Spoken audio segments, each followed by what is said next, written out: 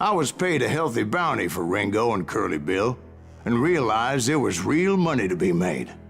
That's why I went after Henry Plummer.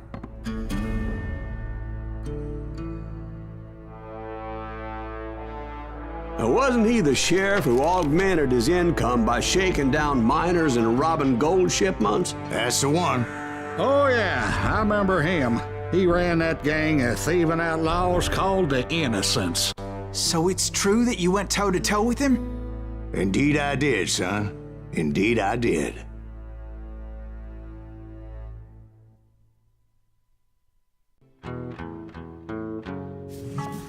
I knew I needed resources if I was going to track down Roscoe Bob Bryant. And hunting Plummer looked like a good way to get rich quick. As the local vigilantes exposed him as the leader of the bandits and put a generous price on his head. Plummer rallied his gang to plunder one last gold mine before making their escape, and that's where I thought I'd find him.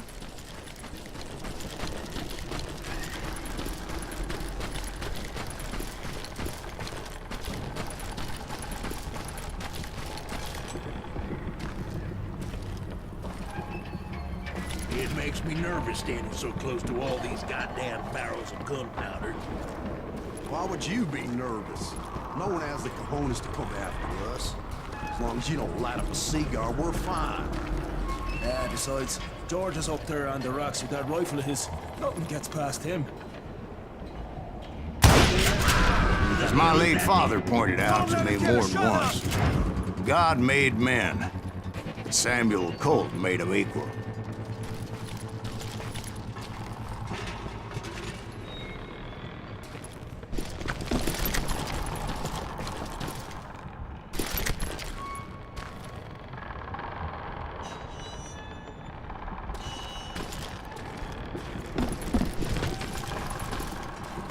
I knew that dynamite wasn't mine, so I decided the polite thing would be to return it. It was the biggest gold rush since Sutter's Mill in '48. Unfortunately, prospectors weren't the only ones drawn to those riches.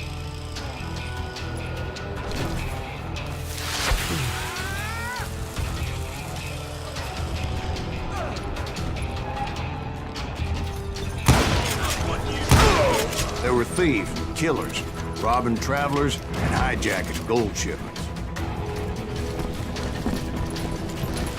Like those that ran with Plummer. Some were just regular folks I knew from town, drawn by greed and easy pickings. Charlie Crow, the blacksmith. James, who worked in the stable. Sam and Jeremiah Barber, the butcher's sons. Ordinary citizens who lived a double life. Stealing and thieving and murdering their neighbors.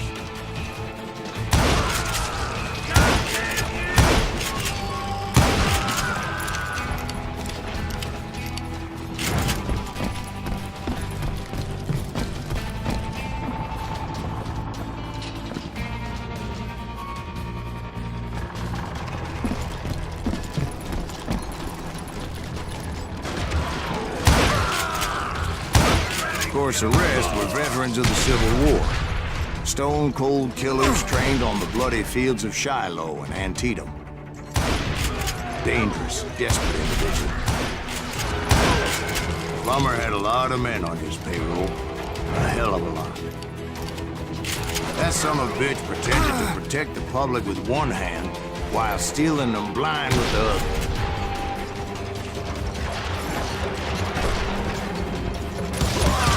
He set up a defensive perimeter which I had no idea how to breach.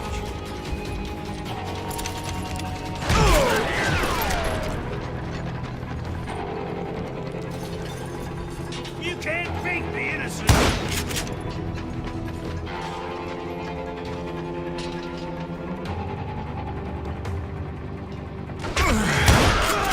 I was outnumbered and in way over my head. But I was too damn stubborn and stupid to realize it. They must have thought I was tough. or had some kind of death wish.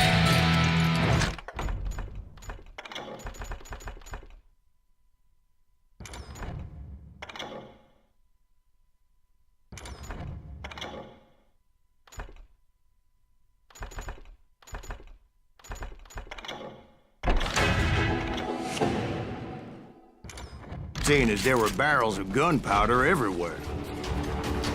Watch out for the goddamn gunpowder! One stray bullet, one stray spark, and I'd be blown to hell and gone. Did I have any second thoughts about what I was doing? No.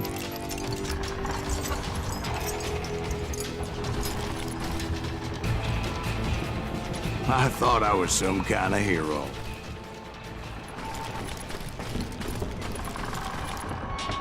I finally made it past and headed on to meet my destiny.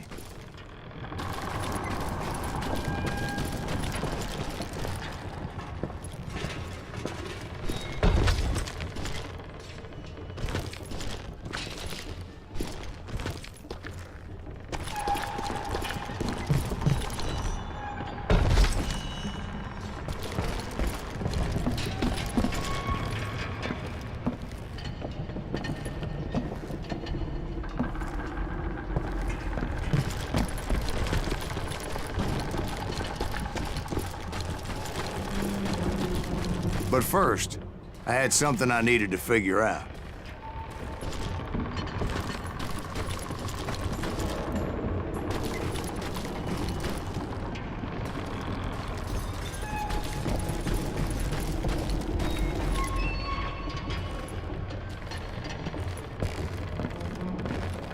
I had a few ideas on how to get into that mine, but once I made my decision, I knew there was no turning back. So my first thought was to enter the nearest mine portal. I saw an entrance. Made sense. It was the quickest way in, but that also made it more dangerous, as there would undoubtedly be enemy pickets posted along the way.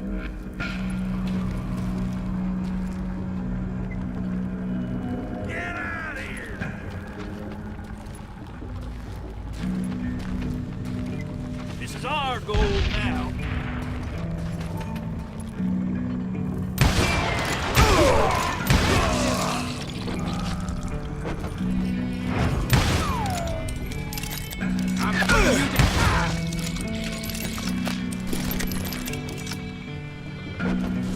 You can run, but you can't hide forever.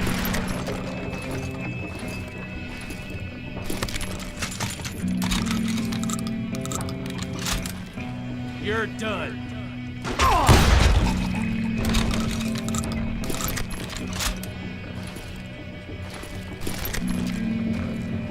Besides, once you enter a mine like that, it's easy to get all turned around. And that confusing maze of corridors wouldn't even be the worst of it. Some of those shafts could be as deep as hell.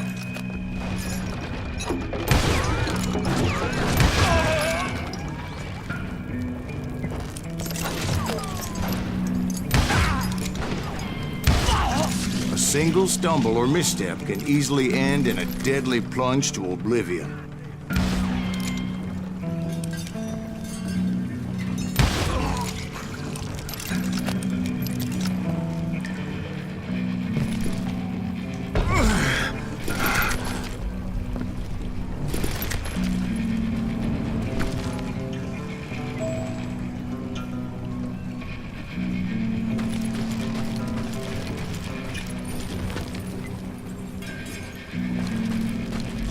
Quick reflexes often make up for a lack of common sense. Luckily, I was never one to be easily bushwhacked.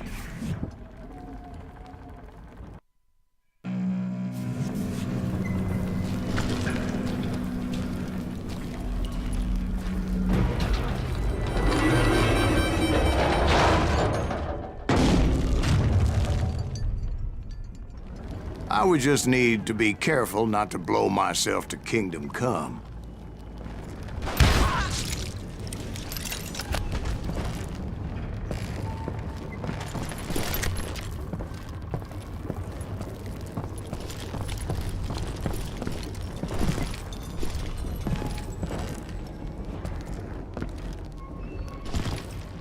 With all that gunpowder and dynamite everywhere, a body has to know what he's shooting at.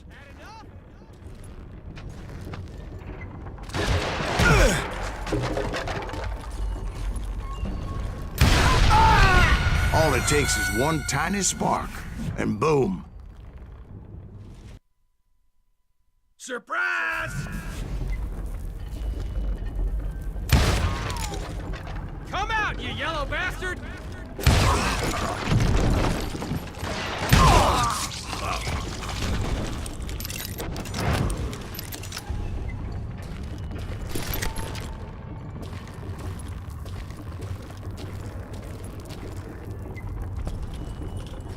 One wrong bullet could have turned that mine into a dad-blasted tomb.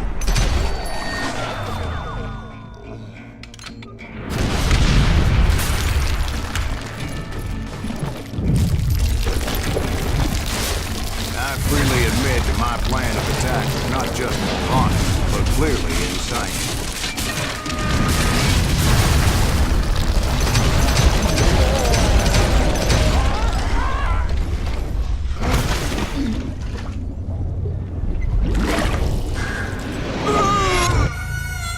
It's a good thing that I abandoned that ridiculous plan before I even tried it.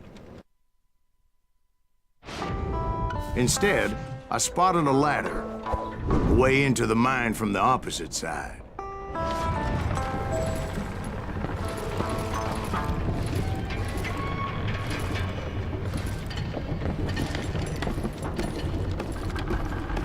It was a long way around, but that approach seemed more sensible at the time. Of course, being I had a problem with heights, that scaffolding scared the bejesus out of me. Climbing down that ladder required some caution. Because even though I had a younger man's reflexes, no man can dodge a damn bullet while climbing down a rickety ladder.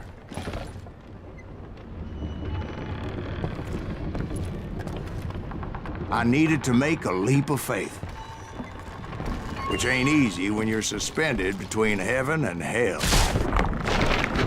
I was determined not to give up, however.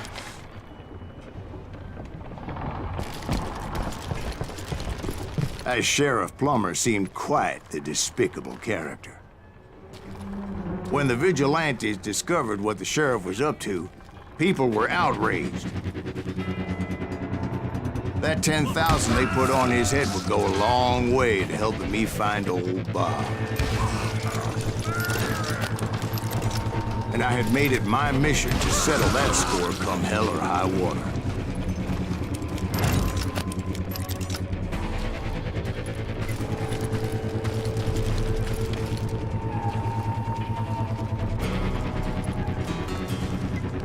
But first, I would have to make a choice. Take the elevator or climb the ladder.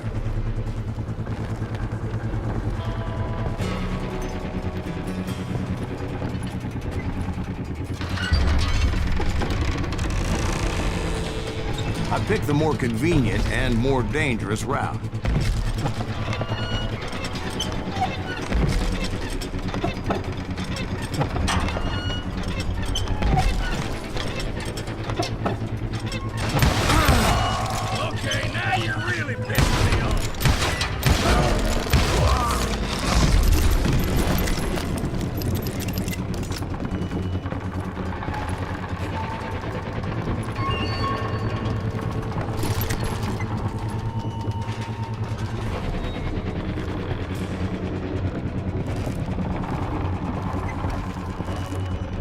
Plummer was a mad dog killer, and the people of Nevada City deserved better. Nevada City? Well, I thought Plummer met his maker in Bannock, Montana. Right, well, he was the sheriff of both places at one time or another, but that's neither here nor there.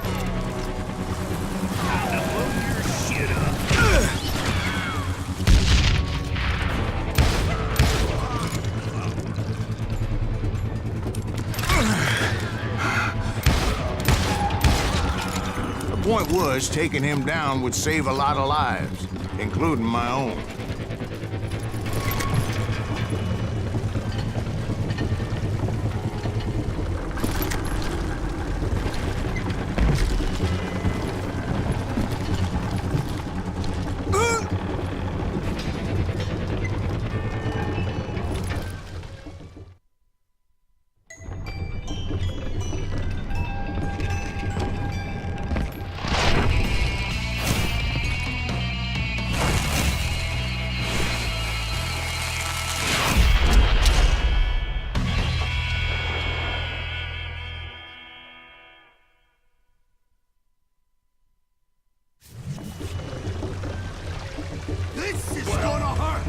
day is just getting worse and worse.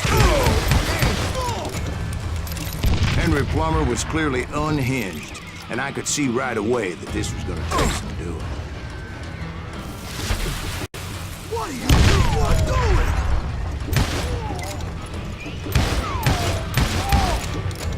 I'm going all medieval on your ass.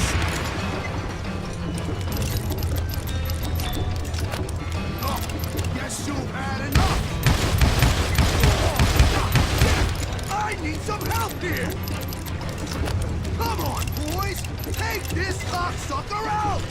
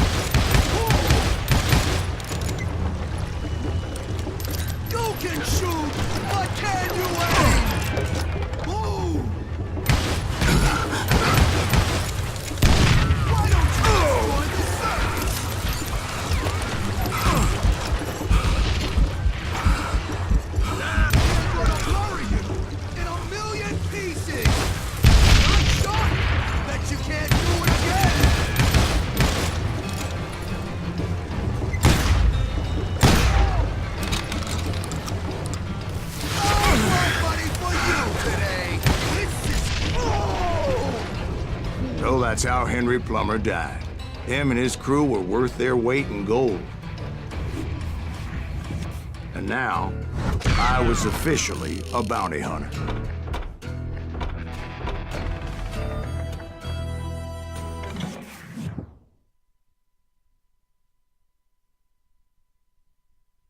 So, did you finally go after that Bob feller? Well, I heard word he was in Kansas with John Wesley Hardin. So that's where I went. Where in Kansas? Abilene. Why do you ask, Ben? No reason. Was Hardin as fast as Ringo? Ringo was fast, but John Wesley was as fast as the devil himself.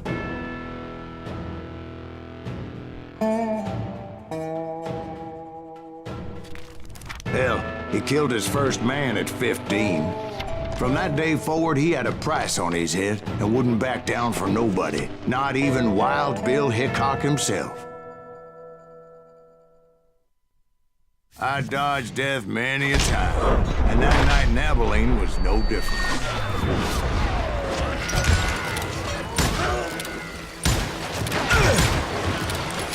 I was there with the intention of finding that bastard Bob and collecting the bounty on John Wesley.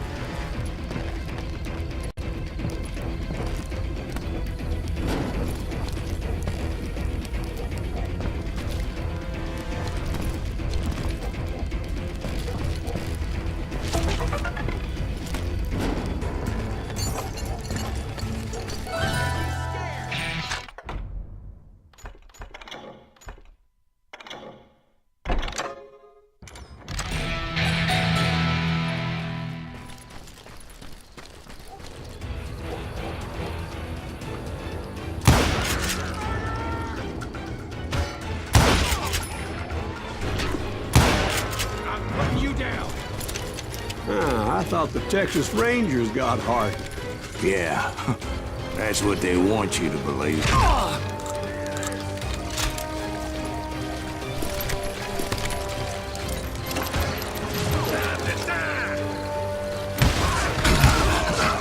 It was cold in a witch's tit and a brass bra that night as I fought my way past his loyal compadres.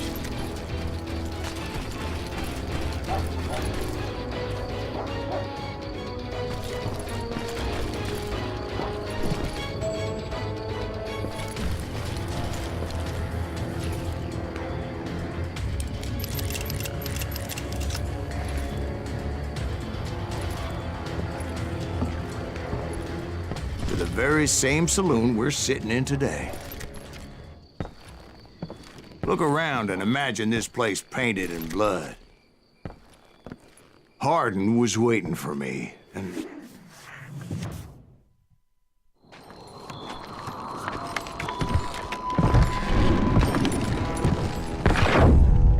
Wait, I'm jumping the gun here. Let me back up and give you some background on this sumbitch. He deserves that much. Don't you think so, Ben? John Wesley Hardin was a killer. By the end, he confessed to taking the lives of 42 men. He was a bona fide folk hero by then, and had amassed a gang of armed miscreants and other assorted thugs. He and his men set up camp outside of town, and I was hoping Bob was among them. God damn it! Shoot that son of a bitch! They didn't ask why I was there. They knew. As most of them were wanted as well. I figured Hardin was here somewhere, but to get to him, I'd have to get past his gun hands. I had to spill a lot of blood to find out Hardin wasn't in that camp. He was carousing in town with his closest friends. Hardin's boys apparently didn't want me to reach the Bull's Head. Some were hightailing it into town to inform their jefe of my unwelcomed presence.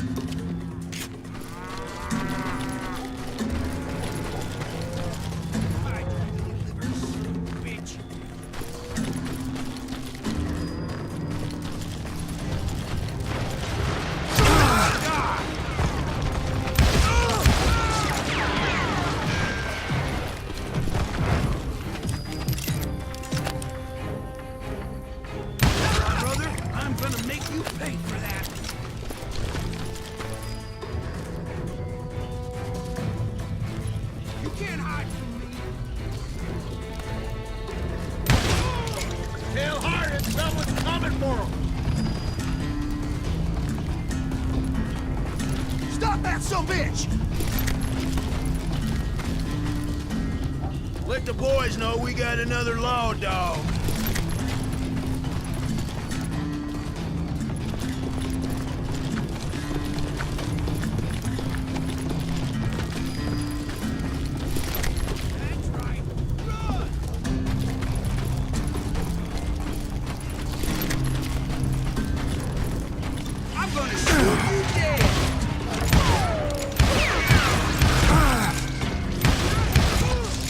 I wondered if Bob was among them.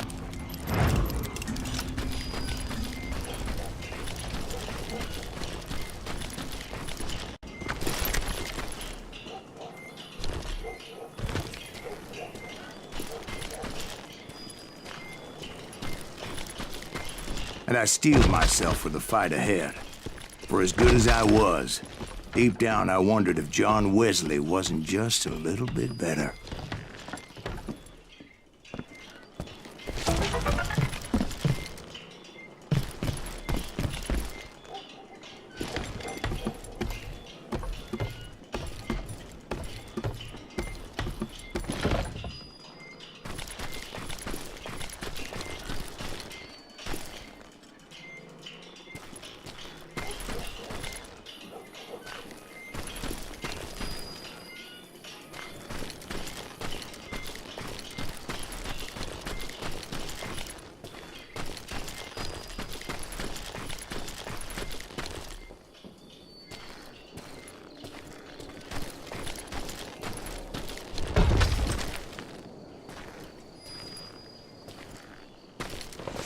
Before I could test my mettle against Hardin, however, I would first need to dispatch his cadre of hired killers.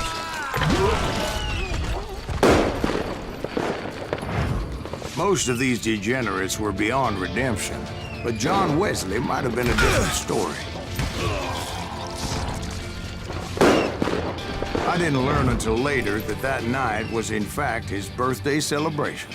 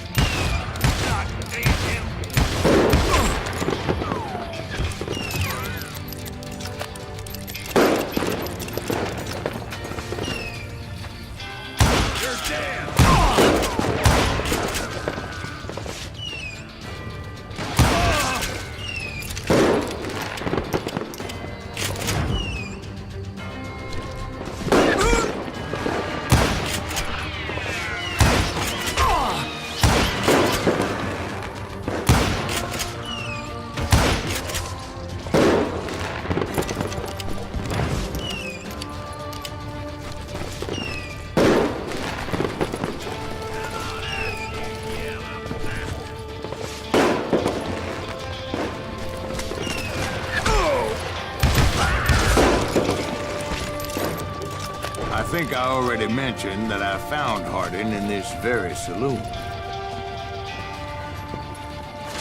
Suffice it to say, nobody there was happy to see me. In fact, I felt a certain hostility.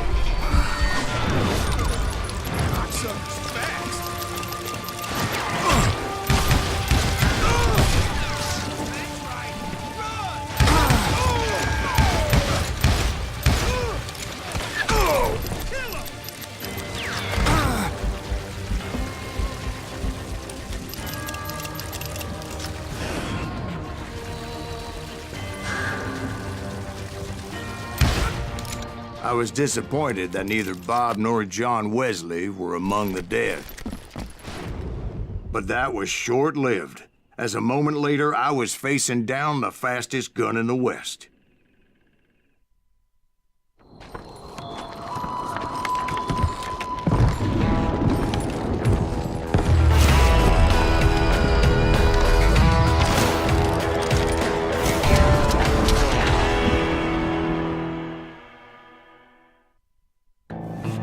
I felt a bolt of adrenaline, or maybe that was fear. He was well known for his tricks, and I knew I'd need my own if I was ever to defeat him.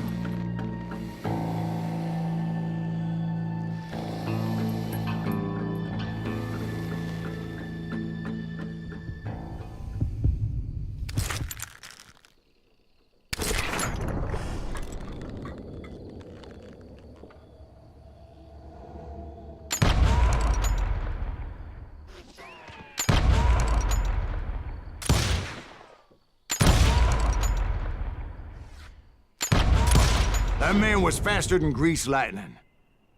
But being inebriated as he was, he didn't count his shots. And now, he was at my mercy. So he didn't die? No, I sent him to prison. Years later, after he was free, some restless avenger took his life.